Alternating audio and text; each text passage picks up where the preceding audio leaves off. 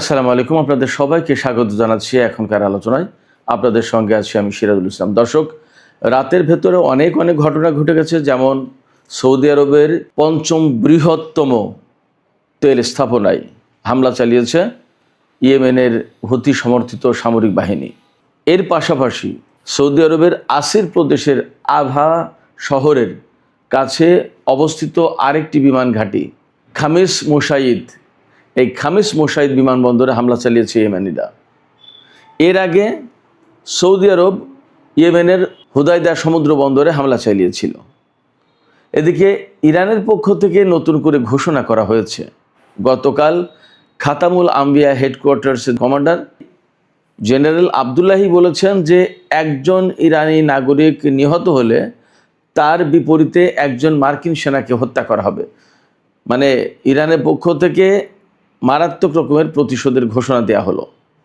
ইরানের press TV আরেকটি খবর দিয়েছে যে কাতারের আল উদেইদ বিমান ঘাঁটির পাশাপাশি সংযুক্ত আরব আমিরাতের আল জাফরা বিমান ঘাঁটি খালি করা হয়েছে, অর্থাৎ মার্কিন সেনাদেরকে, মার্কিন বিমান বাহিনীকে এখান থেকে সরিয়ে নিয়েছে। এ দুইটা খালি। এ পাশে আরেকটি সূত্র থেকে খবর পাওয়া গেল কুয়েত এবং বাহরাইনের বিমান নাকি ইরানের বিরুদ্ধে হামলায় অংশ নিয়েছে এবং সেই বিমান কুয়েত আর বাহরাইনে না নেমে সেই বিমান অবতরণ করেছে সংযুক্ত আরব আমিরাতে। এই ঘটনার পর আসলে ইরান কি প্রতিক্রিয়া ব্যক্ত করে এবং কি হয় পরিস্থিতি, সেটা কিন্তু এখন অনেক বড় প্রশ্ন হয়ে দাঁড়ালো। সুপ্রিয় দর্শক, ইরান এবং আমেরিকার মধ্যে যখন এই রকমের একটা চরমতম অচল অবস্থা, হরমুজ প্রণালী কলাপস, বাবাল মান্দেব প্রণালী কলাপস, তখন পাকিস্তান ইরান এবং আমেরিকার প্রতি আহ্বান জানিয়েছে যে ইসলামাবাদ সমঝোতা স্মারক সই হয়েছিল সেইটাতে আবার ফিরে আসার জন্য। এবং এই কাজে পাকিস্তান বিশেষ একটি দেশকে সম্পৃক্ত করার চেষ্টা করছে। কোন সেই দেশ? এই সমস্ত নিয়ে আমি বিস্তারিত আলোচনা করব আজকের ভিডিওতে। আশা করি আপনারা সঙ্গেই থাকবেন। আর ভিডিওটি যদি ভালো লাগে তাহলে লাইক, কমেন্ট, শেয়ার করবেন এবং চ্যানেলটি সাবস্ক্রাইব করে সাথেই থাকবেন। দর্শক, চলুন বিস্তারিত আলোচনা করি। প্রথম আলোচনা আমরা ইয়েমেন সৌদি ক্রাইসিস দিয়েই শুরু করি। সৌদি আরব গতকাল ইয়েমেনের আল হুদাইদা সমুদ্র বন্দরে হামলা চালিয়েছিল। একদম দক্ষিণ পশ্চিমাঞ্চলীয় সমুদ্র বন্দর, লোহিত সাগরে অবস্থিত এটা। এই সমুদ্র বন্দরে হামলা চালিয়েছে সৌদি আরব। কেন? ওই যে ইয়েমেনিরা বাবাল মান্দেব প্রণালী আটকে রেখেছে, এখান থেকে সৌদি আরবের কোনো জাহাজ ভারত মহাসাগরের দিকে যেতে দেবে না, আবার ভারত মহাসাগর বাবাল মান্দেব প্রণালী পার হয়ে সৌদি আরবের দিকে যেতে দেবে না অন্য কোনো জাহাজ। এই যখন পরিস্থিতি, অর্থাৎ এই রকম যখন অবস্থা, এবং এরই মধ্যে কার্যকর করেছে সৌদি আরবের জাহাজে ইয়েমেনি সেনারা হামলা চালিয়েছিল, সে খবর তো গত পরশু দিনের। এই প্রেক্ষাপটে সৌদি আরব ইয়েমেনের আল হুদাইদা সমুদ্র বন্দরের উপর হামলা চালিয়েছে, বিমান হামলা। সৌদি আরব আগেই ঘোষণা করেছিল ইয়েমেন যেহেতু তাদের তেলবাহী জাহাজে হামলা চালিয়েছে, তারা তার প্রতিশোধ নেবে। এবং সৌদি জোটের পক্ষ থেকে এই বিবৃতি দেওয়া হয়েছিল। আসলে সৌদি জোট এখন কার্যকর আছে কিনা জানি না, থাকলেও থাকতে পারে, না থাকলেও না থাকতে পারে। থাকলেই বাকি আর না থাকলে বাকি, পার্থক্য তো কিছু নেই, একই কাজ। তো সৌদি আরব সেই ঘোষণা মোতাবেক গত রাতে আল হুদাইদা সমুদ্র বন্দরে হামলা চালিয়েছে। এই হামলার পর ইয়েমেন পাল্টা প্রতিশোধের ঘোষণা দিয়েছিল এবং তারা আরামকো তেল কোম্পানির জাজান যে স্থাপনা আছে সৌদি আরবের ভিতরে পঞ্চম বৃহত্তম তেল স্থাপনা এটা, সেখানে হামলা চালিয়েছে ব্যালিস্টিক ক্ষেপণাস্ত্র দিয়ে। এবং সেই হামলায় জাজান তেল স্থাপনা মোটামুটিভাবে ভয়ঙ্করভাবে ক্ষতিগ্রস্ত হয়েছে। বলা হচ্ছে, কোনো মাধ্যমে বলা হচ্ছে একদম ডিস্ট্রয়েড হয়ে গেছে, ধ্বংস হয়ে গেছে। সেখানে আগুন জ্বলছে, এই আগুন সহজে নিভানো কঠিন হবে মনে হচ্ছে। সেখানে মার্কিন পেট্রিয়ট মোতায়েন ছিল, সেই পেট্রিয়ট দিয়ে এই ক্ষেপণাস্ত্র ঠেকানো যায়নি। আর একটা সূত্র থেকে খবর পাওয়া যাচ্ছে গ্রিসের সেনারা যারা সৌদি আরবে মোতায়েন আছে, সৌদি আরবের সাথে একটা চুক্তির আওতায় তারা ক্ষেপণাস্ত্র প্রতিরক্ষা ব্যবস্থা দিয়ে দুটো ক্ষেপণাস্ত্র, হুতিদের ছোড়া সম্ভবত 5টা ক্ষেপণাস্ত্র বা 3টা, দুটো ক্ষেপণাস্ত্র তারা ধ্বংস করতে পেরেছে। আর বাকি 1টা হোক আর 3টা হোক ওই স্থাপনায় হামলা চালিয়ে একটা ব্যালিস্টিক ক্ষেপণাস্ত্র বিস্ফোরিত হলে যথেষ্ট একটা তেল স্থাপনা ধ্বংস করে দেওয়ার জন্য। যেখানে একটা ম্যাচের কাঠি জ্বালালেই সমস্যা, সেখানে একটা ক্ষেপণাস্ত্র, ব্যালিস্টিক ক্ষেপণাস্ত্র পড়েছে, আর কি লাগে। এরপরে ইয়েমেনিরা কিন্তু এখানেই থেমে যায়নি। আসির প্রদেশ ইয়েমেনের কাছাকাছি তুলনামূলক। আসির প্রদেশের খামিস মুসাইদ বিমানবন্দর, সেই বিমানবন্দরে হামলা চালিয়েছে ইয়েমেনের সেনারা, সেখানেও ক্ষেপণাস্ত্র হামলা চালিয়েছে। সৌদি আরবের উপর ইয়েমেনিদের এই হামলার জন্য মার্কিন প্রেসিডেন্ট ডোনাল্ড ট্রাম্প রীতিমতো ইরানকে দায়ী করেছে এবং তিনি বলেছেন ইরানকে এর দায়ভাগ নিতে হবে। ইরানকে দায়ভাগ নিলেই বা কি আর না নিলে বা কি, ঘটনা তো এই যে যুদ্ধই করতে হবে। আমেরিকা ইরানের উপর হামলা চালাবে আর ইরান তা মোকাবেলা করবে, আর ইরান পাল্টা হামলা চালাবে। ঘটনা তো তাই ঘটছে, নতুন কিছু তো না। ইয়েমেনের সাথে সৌদি আরবের নতুন করে যে সংঘর্ষ শুরু হলো, যুদ্ধ শুরু হলো, এটা কিন্তু মধ্যপ্রাচ্যের পরিস্থিতিকে ভিন্ন রকম এক মাত্রায় নিয়ে গেল, নতুন একটা পরিবেশ দিল এই অর্থে যে এতদিন ইরান, আমেরিকা এবং ইসরায়েলের ভেতরে যে যুদ্ধ চলছিল তাতে কিন্তু আরব দেশগুলো মোটামুটি চুপ ছিল। সেই জায়গায় এখন দেখা যাচ্ছে যে সৌদি আরব ইয়েমেনের সাথে যুদ্ধ শুরু করলো। তার মানে কিন্তু এটা মূলত ইরানের বিরুদ্ধেই যুদ্ধ বা আমেরিকাকে সহযোগিতা করার জন্য যুদ্ধ, এইভাবে দেখা হচ্ছে ইরানের পক্ষ থেকে। তাহলে পরিস্থিতিটা কোথায় গেল?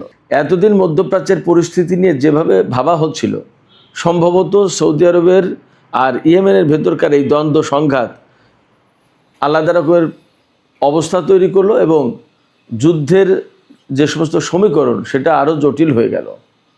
এখানে একটা তথ্য দিয়ে রাখি আমি আপনাদেরকে।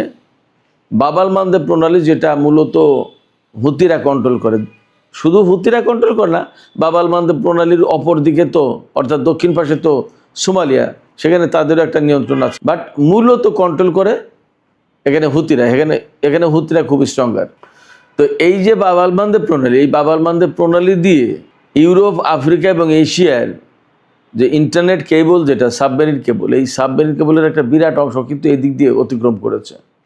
সেক্ষেত্রে যুদ্ধের পরিস্থিতি যদি এমন ভয়ঙ্কর অবস্থায় নেওয়া হয়, সেখান থেকে হয়তো ইয়েমেনের হুতিরা এই কেবলের দিকে নজর দিতে পারে, অর্থাৎ এই কেবল কেটে দেওয়া, ধ্বংস করে দেওয়া, এগুলো করতে পারে। তখন কিন্তু সারা বিশ্বের ইন্টারনেট ব্যবস্থা, ডেটা সিস্টেম, এগুলো কিন্তু ভয়ঙ্কর ক্ষতির মুখে পড়বে, ঝুঁকির মুখে পড়বে।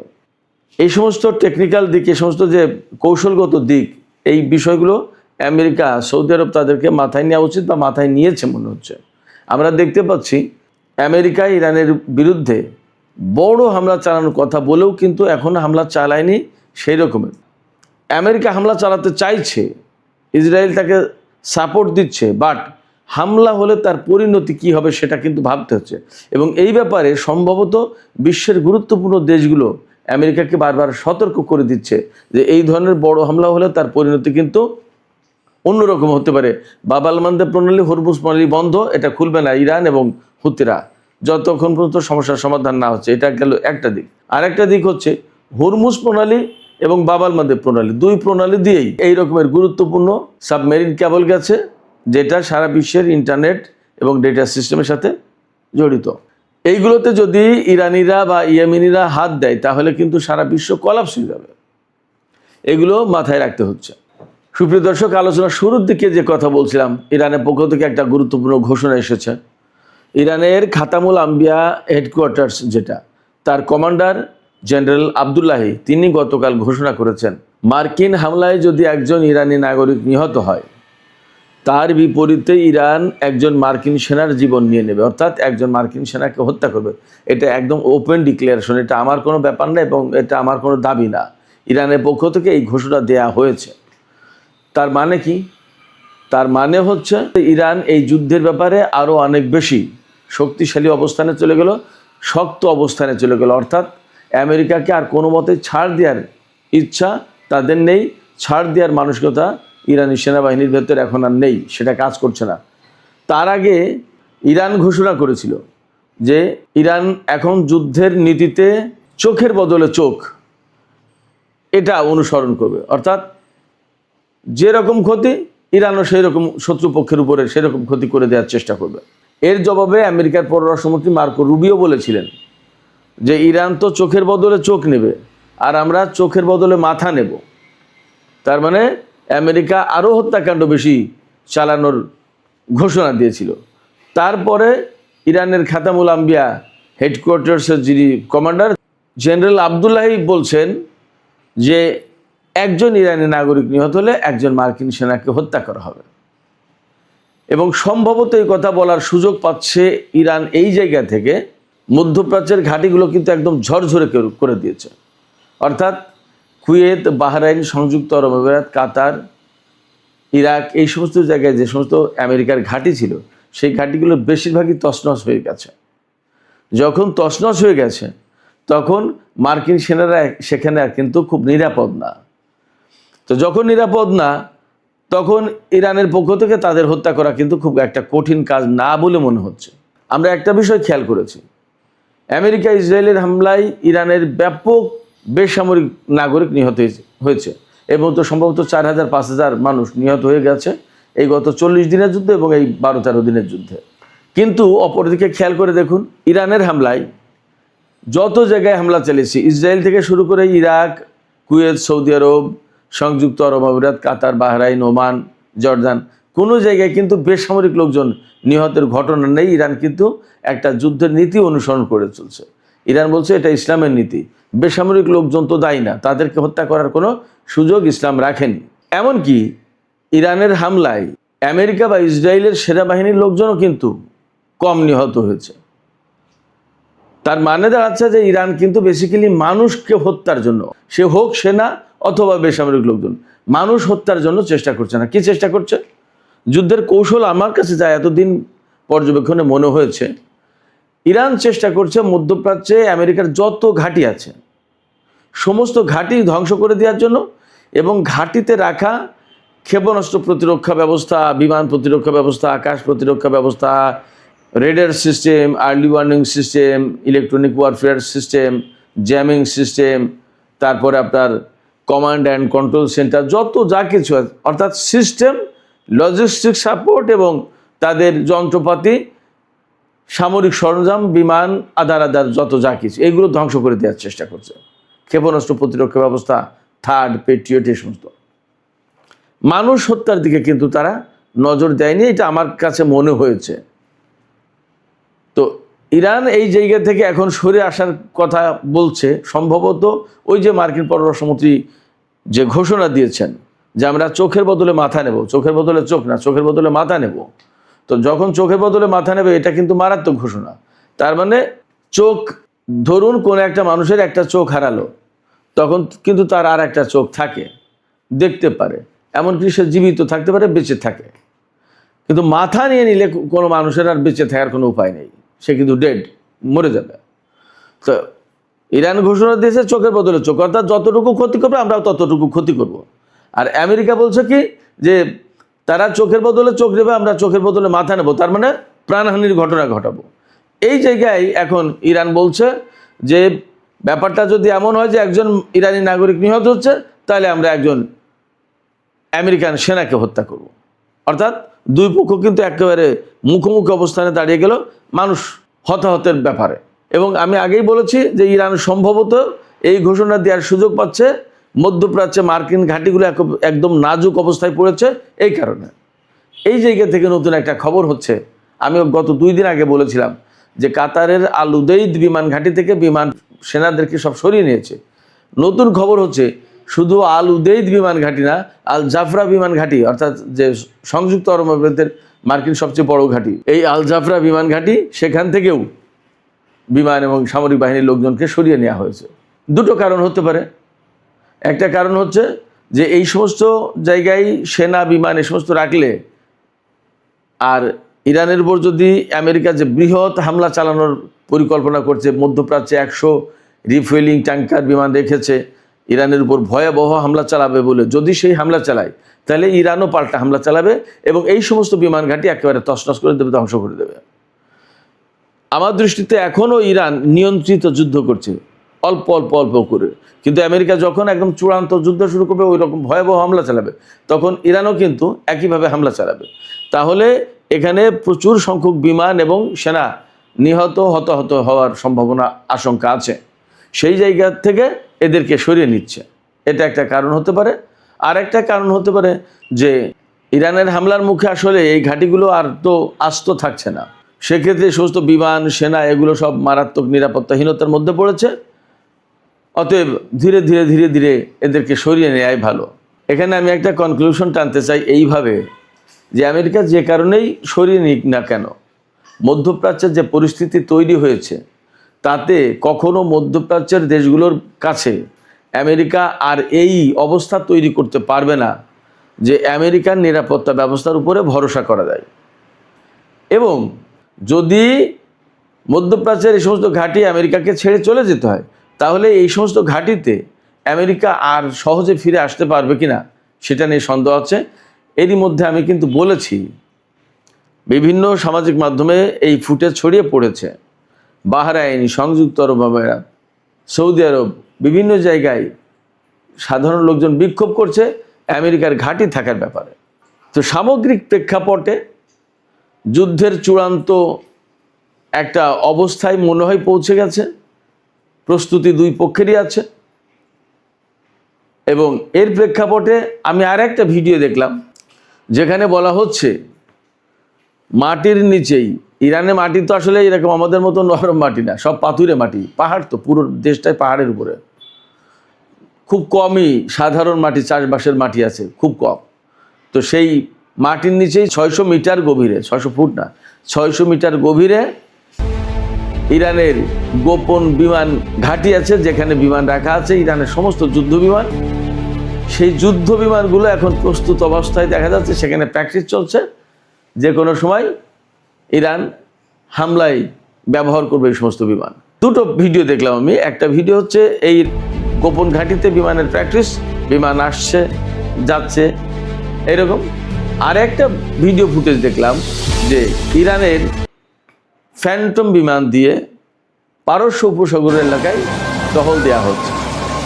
তার মানে কি, পারস্য উপসাগরীয় এলাকায় যদি ইরানের বিমান টহল দেয়, তাহলে তো তার বিরুদ্ধে আমেরিকার ক্ষেপণাস্ত্র ছুড়ে ব্যবস্থা নেওয়ার কথা, কিন্তু তা হচ্ছে না। তাহলে কি আমেরিকার সামরিক বাহিনী এখানে আসলে অনেক বেশি দুর্বল অবস্থায় পৌঁছে গেছে কি?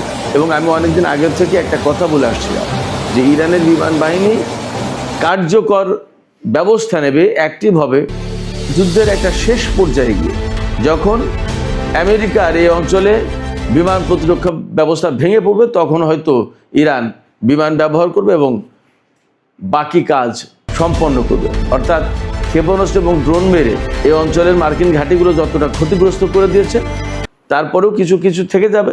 সেই কিছু কিছু থেকে যাওয়াটা শেষ করে দেবে ইরান বিমান হামলা চালিয়ে। পরিস্থিতি কি সেই দিকে সেখানে গিয়ে পৌঁছালো কিনা জানি না, আসলে পরিস্থিতি কোথায় গেছে। তবে আলামতগুলো কিন্তু দুই পক্ষের চূড়ান্ত প্রস্তুতির কথাই বলছে।